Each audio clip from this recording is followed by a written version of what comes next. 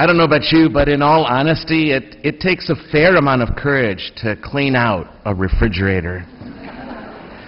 It tastes so good at dinner, and so we put it away, eagerly awaiting leftovers. But sometimes we forget. And after a week, and then 2, and then a month, all of a sudden it doesn't look like food anymore. Doesn't smell like food either. I never knew until this past summer that you could make penicillin out of pineapple. How can something so good become something so bad? Yet that, my friends, is precisely what happens to religion sometimes. How can something so good as religion, that can lead to so much human flourishing, that can help so many people hope and hang on, that it seems to be for the good of society, and that has served so many and helps the poor like no other institution in the world, on the whole planet, including governments, and something so ancient? How does it become sometimes so toxic? Jesus, in this gospel, and the author of the letter of James after him, take up that question, and they give us the hint of an answer. Jesus was struggling with his own religion, a religion he loved and was deeply committed to, but that in some ways his too had become extraordinarily toxic and unhealthy, just as our own Catholic Church has in different centuries over the years. So what is the difference? How can you tell whether or not religion is healthy or unhealthy? How can you tell if the practice of religion, especially our own, is healthy or not? And given the issues of our day, given the issues going on in our own Catholic Church, given the conversation that's going on nationally now about religions that so many of us are unfamiliar about, like Mormonism, given the extremism that's happening around the world in different religions and our own, and given the diversity of religious experience that our students have as soon as they land here at the university, maybe it's time. And in the light of these words, maybe it's time to reflect on just that question. What is the difference between unhealthy and healthy religion? Religion gets unhealthy when it becomes too black and white. When religion becomes too black and white, it creates a black and white world that doesn't really exist. Healthy religion, on the other hand, is more gray than that. It appreciates ambiguity. And it understands that we need to listen.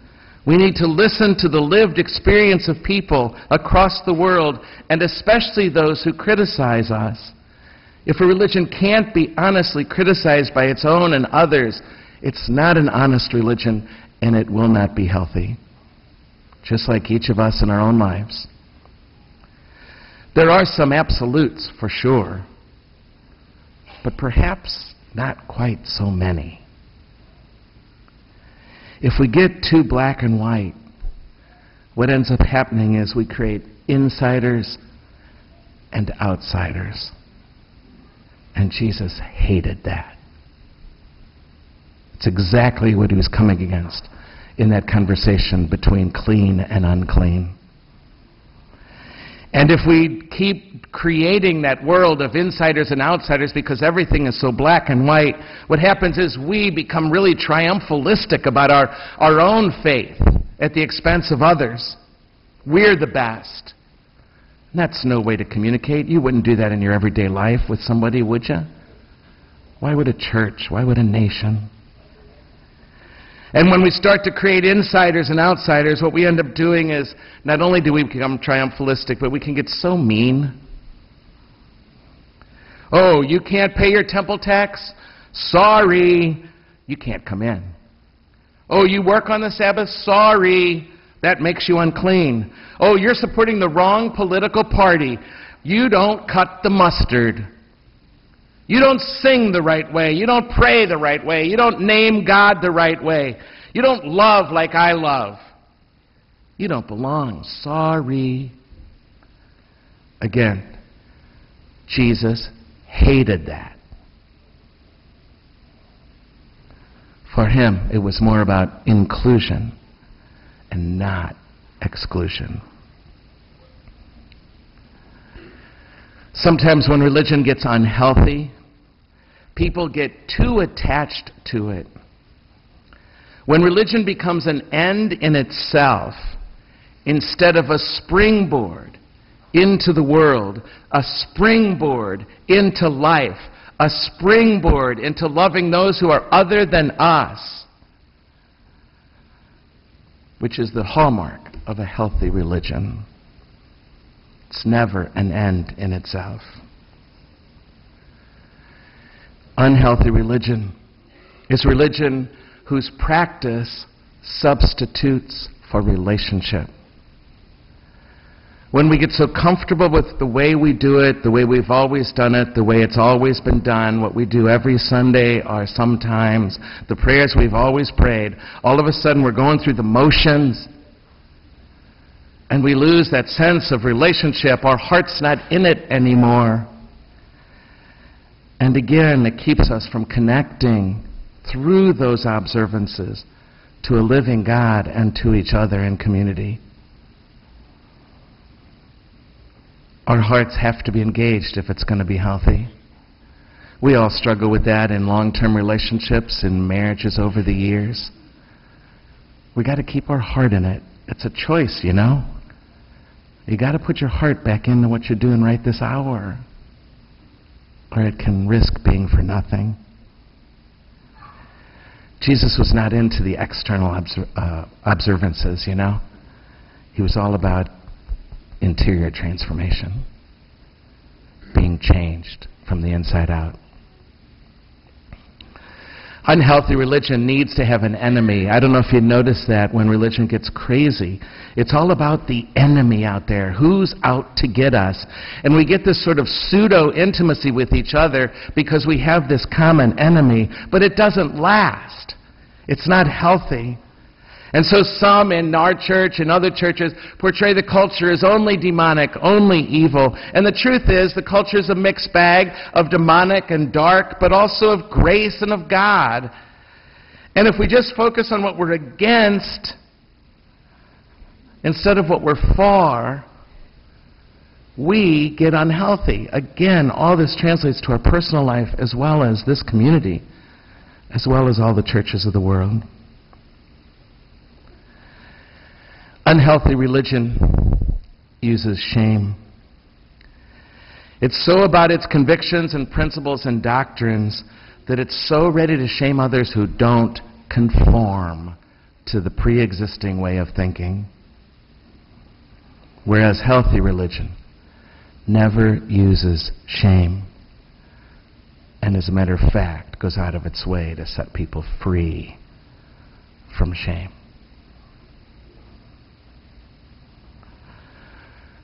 And regarding the question of leadership, if you see leaders in any church that are more concerned about their own welfare and the loyalty of the people to them than their loyalty to the people and the welfare of the people, something's wrong. Fear ends up being the motive for way too much. In unhealthy religion, I'm God's favorite. I'm the chosen guy.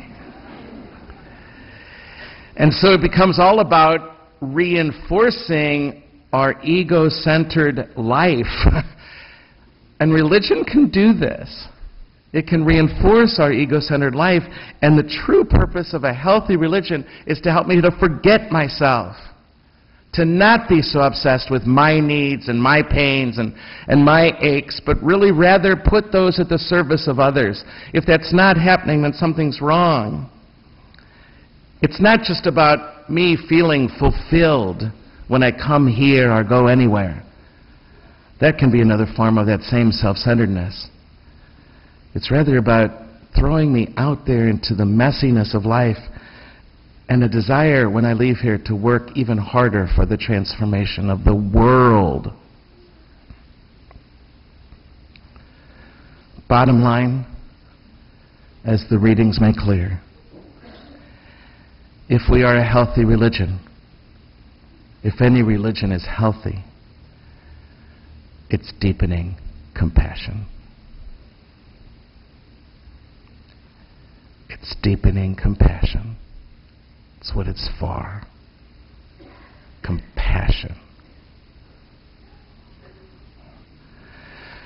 Part of my job as your priest is to, in a sense, keep an eye out for that in you and in us together, and for sure in myself.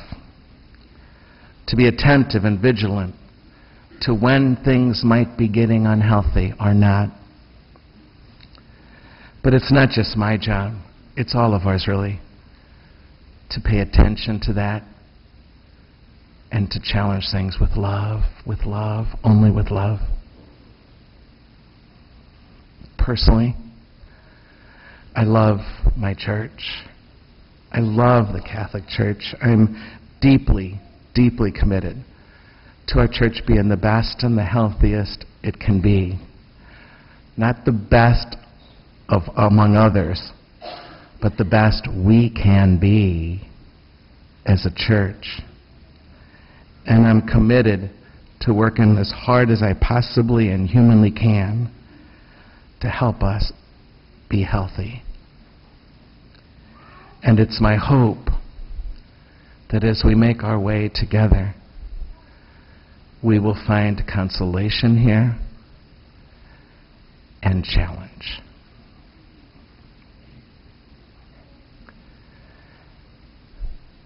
It seems to me it's time to clean out the fridge, to check the Tupperware, smell the milk, lift up the lids ever so carefully on those leftovers, because every once in a while we need to clean out the fridge. Because if we're not careful, something so good can become so